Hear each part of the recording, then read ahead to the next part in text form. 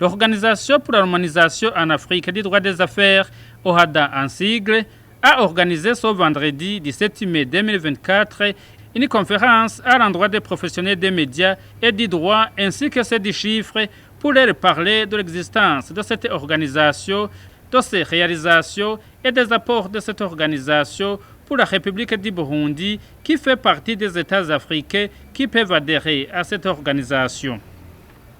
Le secrétaire permanent de l'OHADA, Magneta Ndiaye, nous parle de la mission et de la genèse de cette organisation. C'est l'Organisation pour l'harmonisation en Afrique du droit des affaires qui cherche à adopter des textes qui sont adaptés à nos économies, qui sont simples, qui sont modernes, parce qu'il faut rester dans une logique de modernité, étant entendu que les milieux d'affaires, ce sont des milieux fluctuants, où l'évolution doit être prise en compte pour être sûr de la performance économique. Et donc, c'est une organisation qui produit des normes, qui rapproche les normes des justiciables, qui rapproche les normes des professionnels, que ce soit du droit ou du chiffre, pour arriver à avoir la performance économique, avoir le maximum de ressources publiques pour nos États. L'Organisation pour l'harmonisation en Afrique du droit des affaires est une organisation internationale, que l'on dénomme encore une organisation intergouvernementale, parce que c'est une organisation des États. Ce n'est pas une ONG, c'est une organisation intergouvernementale, une organisation qui est catégorisée comme étant une organisation internationale au même titre que les autres organisations communautaires africaines que nous avons. Qu'il s'agisse de l'Union africaine, qu'il s'agisse de la CEMAC, qu'il s'agisse de la CEAC, qu'il s'agisse de la CEDEAO, de l'UEMOA et autres organisations encore. Et comme la COMESA, tout près de chez vous. Donc, c'est une organisation internationale qui aujourd'hui a presque 31 ans, ayant commencé sa vie depuis 1993. Le 17 octobre 1993, cette organisation naissait au niveau de Port-Louis avec la signature du traité. C'est une organisation qui a commencé avec 14 États et qui aujourd'hui en compte 17.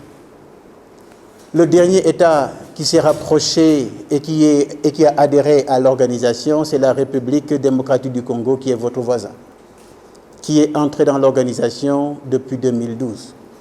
Avec la liste des États membres, vous aurez la possibilité de voir la diversité linguistique qui existe et qui justifie aujourd'hui que l'organisation ait comme langue de travail le français, l'anglais, l'espagnol et le portugais.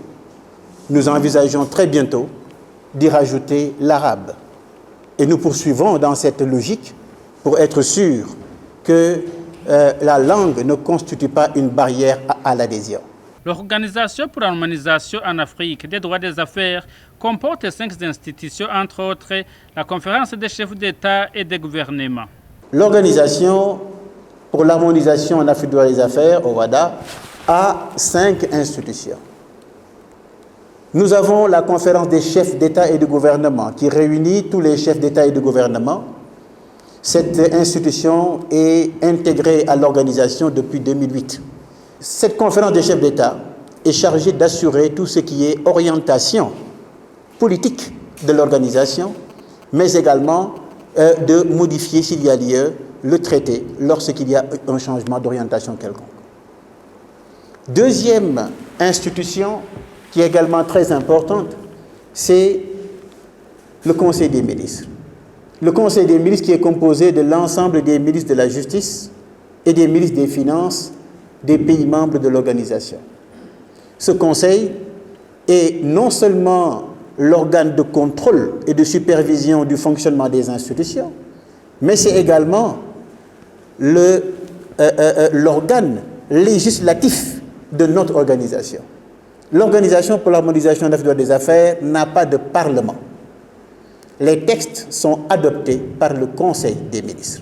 La troisième institution, c'est le secrétariat permanent que je dirige, qui est l'organe exécutif. Quatrième institution, c'est la Cour commune de justice et d'arbitrage. Pour simplifier, c'est la Cour de cassation. C'est la Cour de cassation de l'Organisation pour l'harmonisation de la fidélité des affaires et qui est chargée de traiter tous les dossiers qui montent jusqu'en cassation. Vous savez que nous avons, lorsqu'il y a une affaire qui est en justice, il y a des décisions du premier degré, des décisions du second degré, notamment au niveau de la cour d'appel, et lorsque on a une partie qui n'est pas contente, la partie qui n'est pas satisfaite a la possibilité de monter jusqu'à la cour de cassation. Eh bien, pour toutes les affaires qui concernent le droit OHADA, eh bien, la cour de cassation, c'est la Cour commune de justice et d'arbitrage qui est basée à Abidjan. Nous avons, à côté de cette cour, un centre d'arbitrage. Et c'est pour cela que vous voyez Cour commune de justice et d'arbitrage. Parce qu'à côté, il y a un centre institutionnel d'arbitrage qui est chargé, à côté, bien évidemment, de la Cour en matière de justice, de traiter l'ensemble des dossiers qui sont soumis en arbitrage par les parties elles-mêmes. Ça, c'est un choix. Du moins, la cinquième institution, c'est l'École régionale supérieure de la magistrature. L'École régionale supérieure de la magistrature qui est l'institut de formation et de recherche de l'Organisation pour l'harmonisation du droit des affaires. Nous avons choisi, au niveau de l'organisation, de ne pas faire comme les législateurs nationaux, de ne pas faire comme les législateurs autres, qui produisent des normes, qui adoptent des textes et qui estiment que nul n'est censé ignorer la loi. Nous estimons que notre droit est un moyen qui doit être mis entre les mains de ceux qui en ont besoin pour que ça leur serve du point de vue de leur activité économique. Et c'est sur cette base que nous avons mis en place cette institution qui est basée au niveau de Porto-Novo, au Bénin. Alors nous avons à côté de ces institutions-là d'autres organes qui, du point de vue technique, accompagnent notre organisation. C'est notamment la commission de normalisation pour la profession comptable, parce que le droit comptable est de la compétence de l'Organisation pour l'harmonisation de la fidélité des affaires, et nous avons une commission de normalisation qui est aux côtés du secrétariat permanent pour encadrer ce secteur. Il y a aussi le comité technique de normalisation des procédures électroniques. Nous savons aujourd'hui que les technologies de l'information et de la communication s'impliquent partout.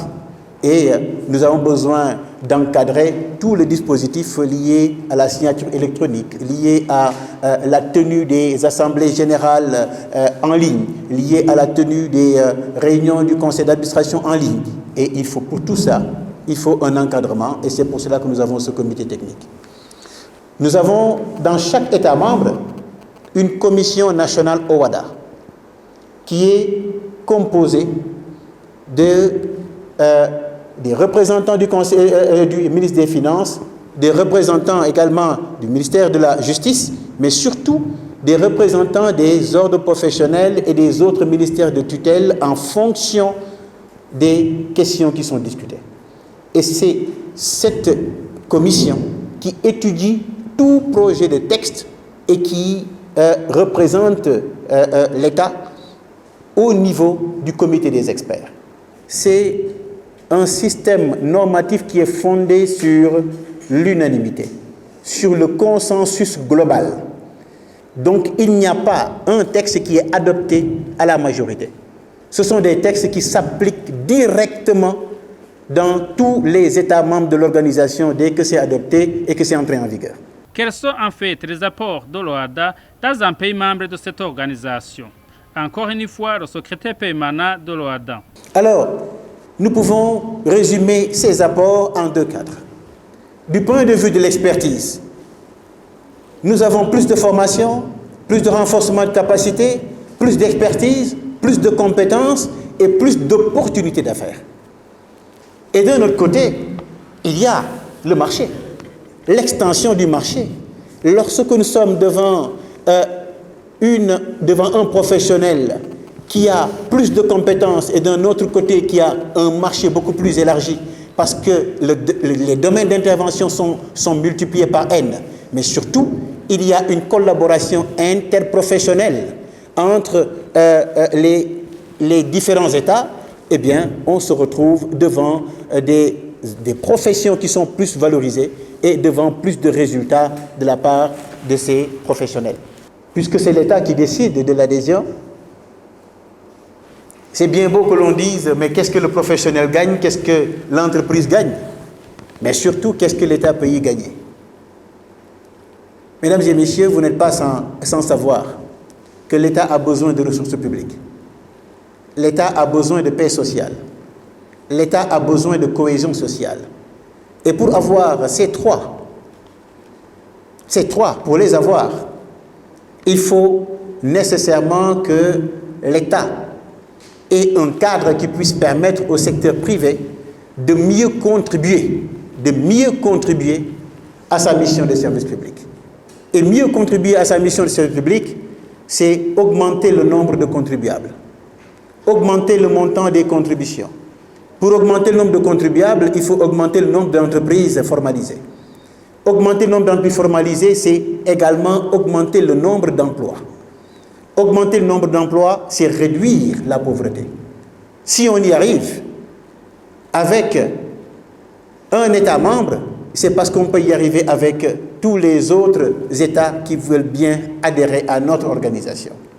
Et nous sommes convaincus qu'avec notre organisation et avec le droit qui est produit, on peut avoir plus de ressources publiques, faire face aux politiques publiques de manière beaucoup plus adéquate et surtout remplir au mieux la mission de service public de nos États.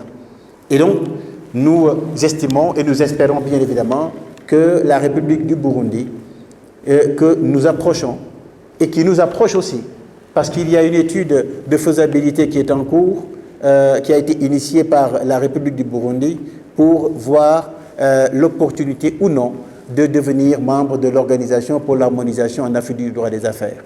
Nous espérons pouvoir donner le maximum d'informations et surtout susciter le maximum d'intérêt pour que notre organisation qui est ouverte à la République du Burundi puisse accueillir de manière, du moins à bras ouverts, cette République que nous aimons bien et que nous espérons pouvoir accompagner dans le cadre des actions que l'organisation mène depuis presque 31 ans maintenant. Vous saurez que le Burundi a déjà mis en place une commission chargée d'étudier si le Burundi pourrait adhérer à l'OHADA.